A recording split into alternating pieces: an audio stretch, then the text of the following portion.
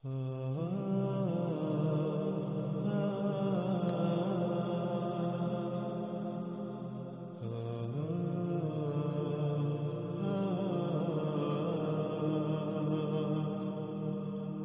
گزشتہ ایک ساتھ میں قرب قیامت الساعۃ نکلنے والی آگ جو کہ الساعۃ کی آخری بڑی علامات و اشراط میں سے ایک تھی، اس پر کھول کھول کر بات ہو چکی۔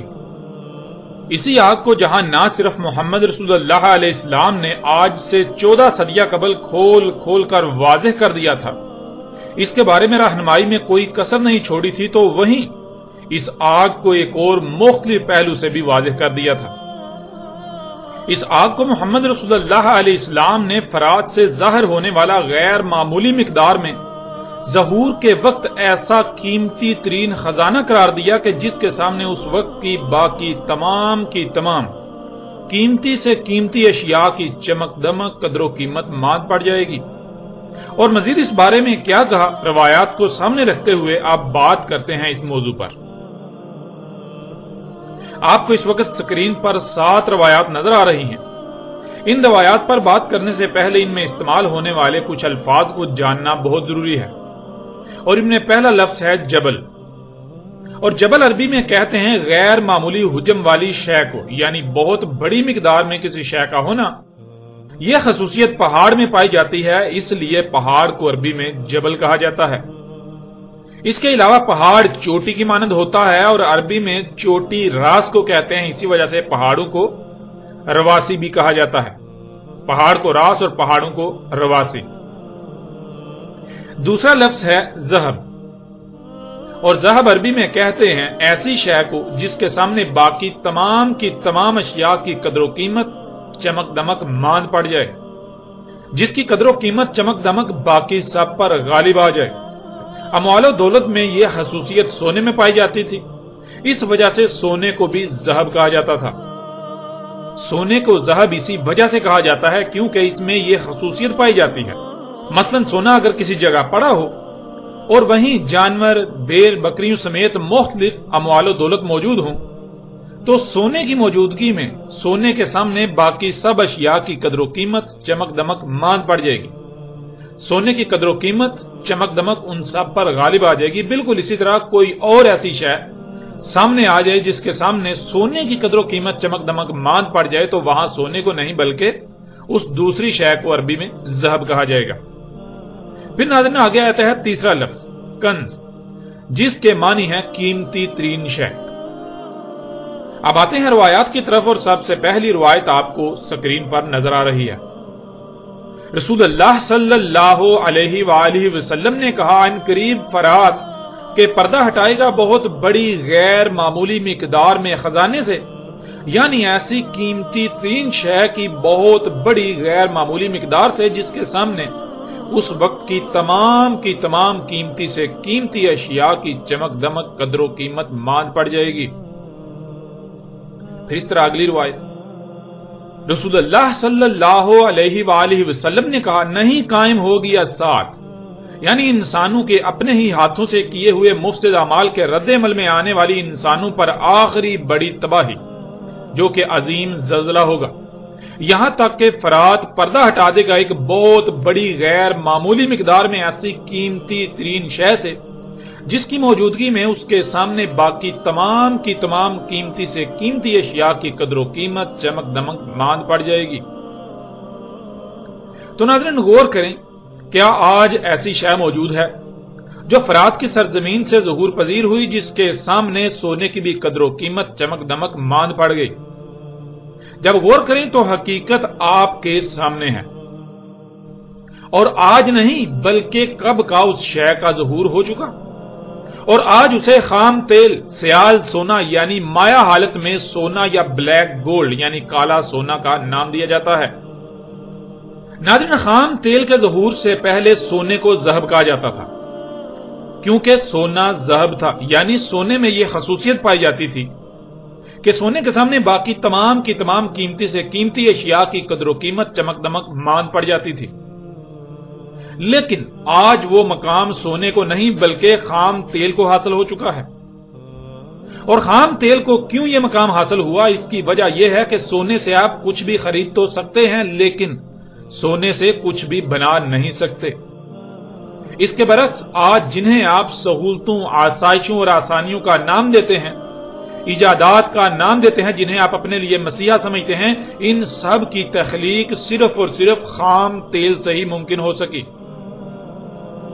اس وقت اسی خام تیل سے دنیا جنت کا منظر پیش کر رہی ہے۔ جسے آپ صنعتی انقلاب کا نام دیتے ہیں، وہ اسی خام تیل کی دریافت سے ہی ممکن ہوا۔ آج کون سی شے ایسی ہے جو خام تیل سے نہ بنائی جا رہی ہو، یا پھر اس میں خام تیل کا بنیادی کردار نہ ہو؟ ناظرین، یہ وہ وجہ ہے کہ آج آپ چاہ کر بھی سونے کو ذہب نہیں کہہ سکتے، بلکہ آج ذہب خام تیل ہے۔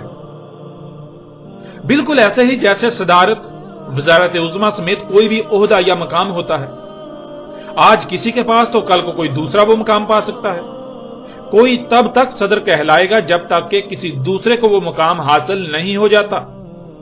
بالکل ایسے ہی آج سونا ذہب نہیں ہے، بلکہ آج وہ مقام خام تیل کو حاصل ہو چکا۔ یوں آج اب جب غور کریں تو آپ کو بالکل واضح ہو جاتا ہے کہ آج خام تیل وہ شے ہے جس کے سامنے تمام کی تمام قیمتی سے قیمتی اشیاء، ان میں سونا بھی آ جاتا ہے، سونے کی بھی قدر و قیمت چمک دمک ماند پڑ جاتی ہے۔ خام تیل کی قدر و قیمت، مانگ، چمک دمک باقی سب پر غالب ہے۔ یوں آج ذہب سونا نہیں بلکہ خام تیل کہلائے گا۔ آج ذہب سونا نہیں بلکہ خام تیل ہے۔ رسول اللہ علیہ السلام نے یہ نہیں کہا تھا کہ فرات سے سونے کا پہاڑ نکلے گا۔ رسول اللہ علیہ السلام نے کہا تھا کہ ذہب کا جبل نکلے گا۔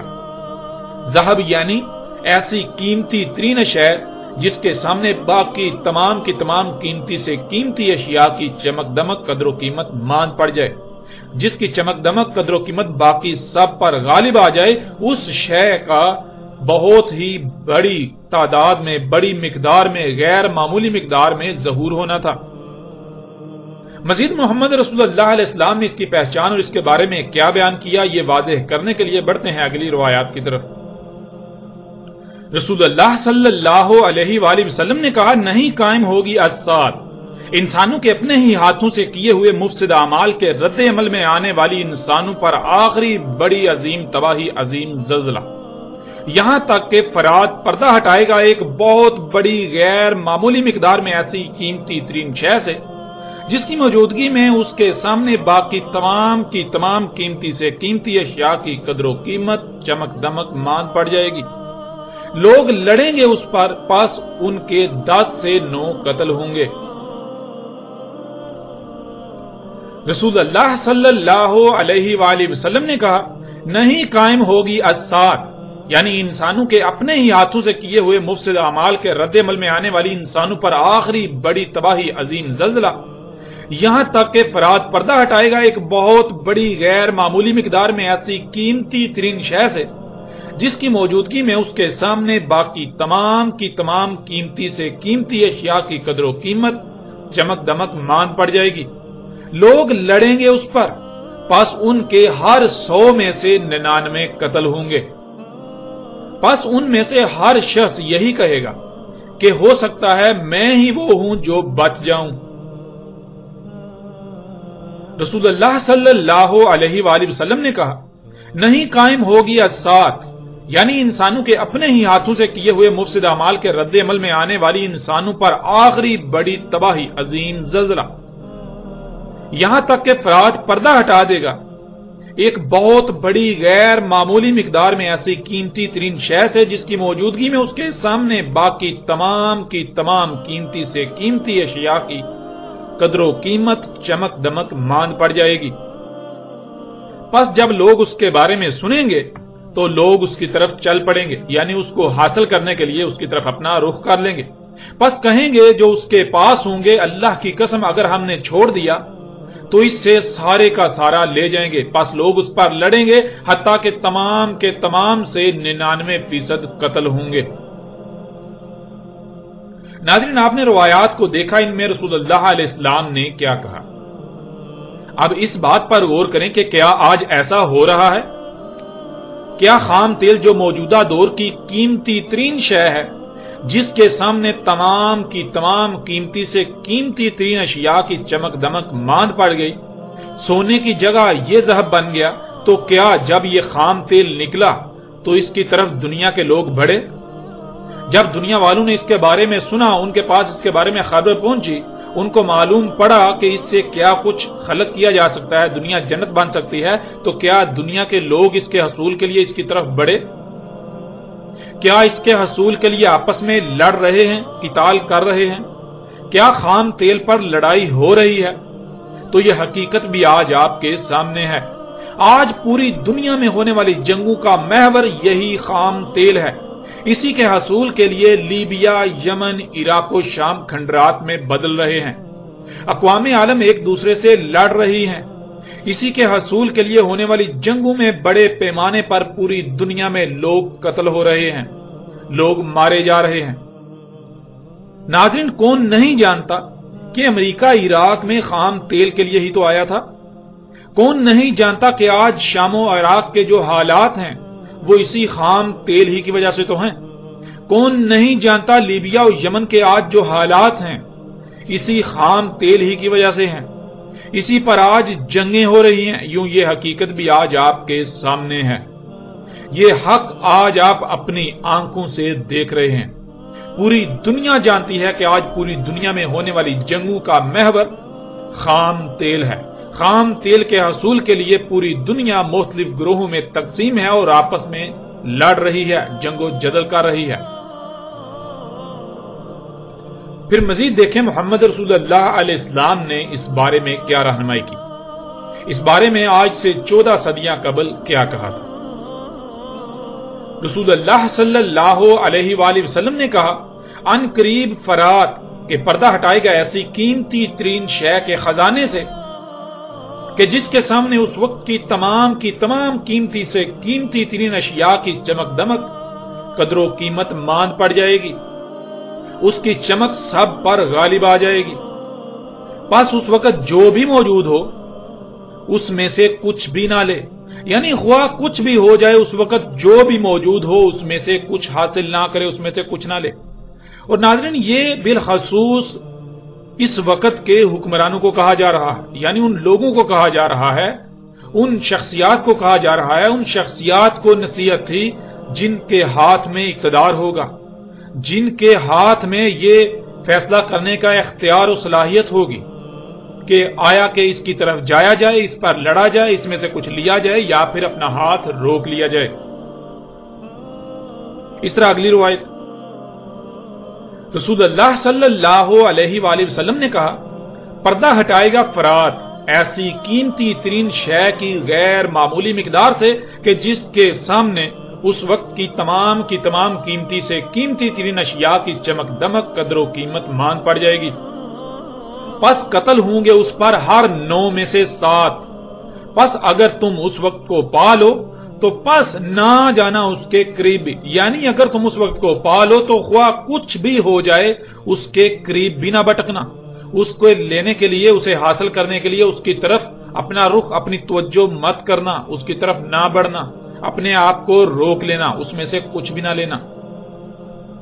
ناظرین، جیسا کہ گزشتہ ایک ساتھ میں بھی یہ بات گزر چکی کہ محمد رسول اللہ علیہ السلام نے اس آگ سے کچھ بھی لینے سے منع کیا تھا، تو اسی بات کو یہاں ایک دوسرے پہلو سے بھی بالکل کھول کر واضح کر دیا کہ جو بھی اس وقت کو پالے، جو بھی اس وقت دنیا میں موجود ہو، جب یہ قیمتی ترین شے جس کے سامنے اس وقت کی تمام قیمتی سے قیمتی اشیاء کی چمک دمک قدر و قیمت ماند پڑ جائے گی، یعنی خام تیل نکلے، تو کوئی بھی اس میں سے کچھ بھی نہ لے، اس کے حصول کے لیے اس کی طرف نہ بڑھے۔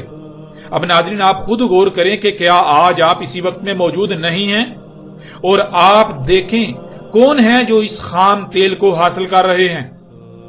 حالانکہ اللہ سبحانہ و تعالیٰ کا تو حکم یہ تھا کہ اس میں سے کچھ بھی نہیں لینا، اس کی طرف دیکھنا بھی نہیں، اس کی طرف نہیں بڑھنا۔ اور یہی اللہ نے اپنے رسول محمد رسول اللہ علیہ السلام کے ذریعے انسانوں کو کہا تھا۔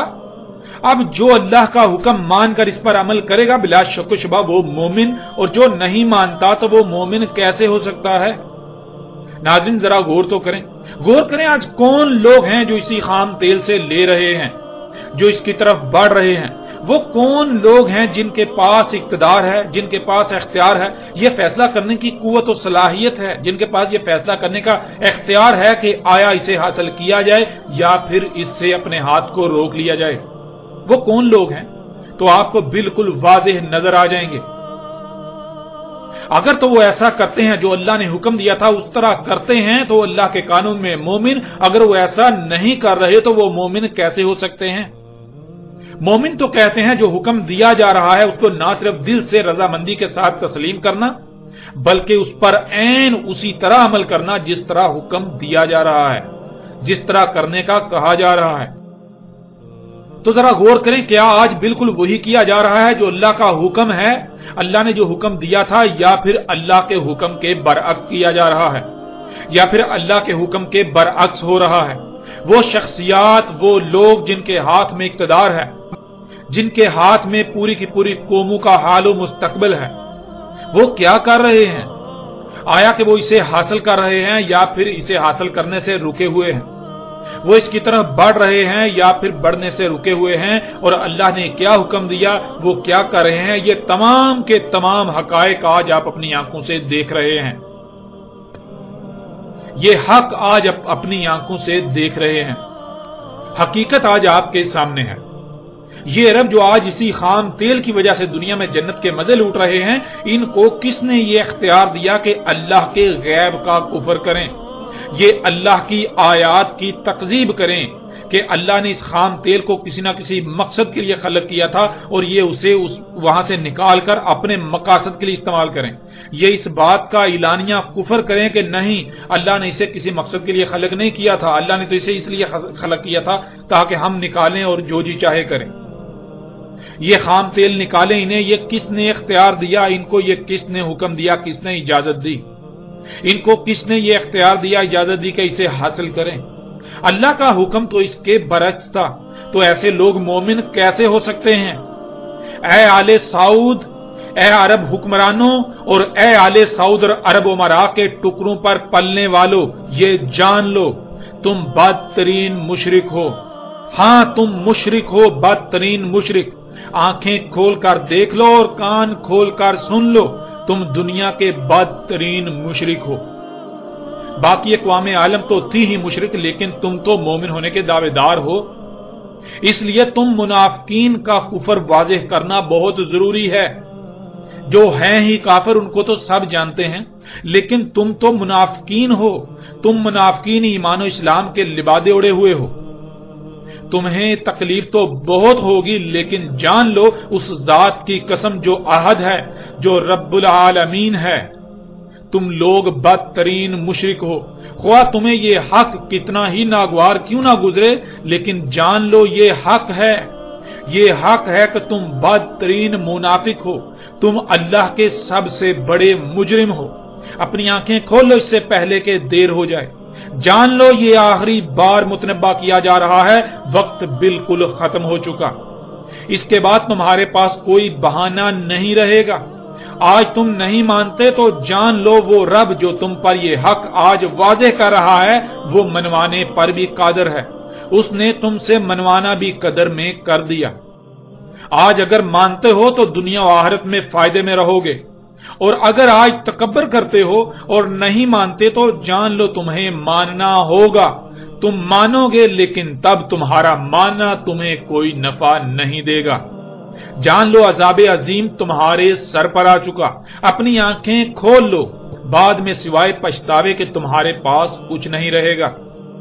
اے دنیا کے لوگوں، خواہ کسی بھی خطے سے ہو، کسی بھی رنگ، نسل، مذہب، فرقے یا گروہ وغیرہ سے تعلق رکھتے ہو، اپنے گریبان میں جھانکو اور سوال کرو خود سے کہ کیا تم اس ذات کی غلامی کر رہے ہو جس نے تمہیں وجود دیا؟ وہی ذات جس نے تمہارے آباء و اجداد کو وجود دیا، وہی ذات جو تمام مخلوقات کو وجود دے رہی ہے، جس نے تمام مخلوقات کو وجود دیا۔ غور کرو اور پہچانو اس ذات کو کہ وہ کون ہے، غور کرو اور پہچانو اس ذات کو کہ وہ ذات کون ہے، اور کیا تم اس کی غلامی کر رہے ہو یا پھر تم جرائم کر رہے ہو، اپنی ہی خواہشات کی اتباع کر رہے ہو؟ اپنے اعمال میں غور کرو، اپنا احتساب کرو اس سے پہلے کہ تمہارا احتساب کیا جائے۔ جان لو وقت بالکل ختم ہو چکا۔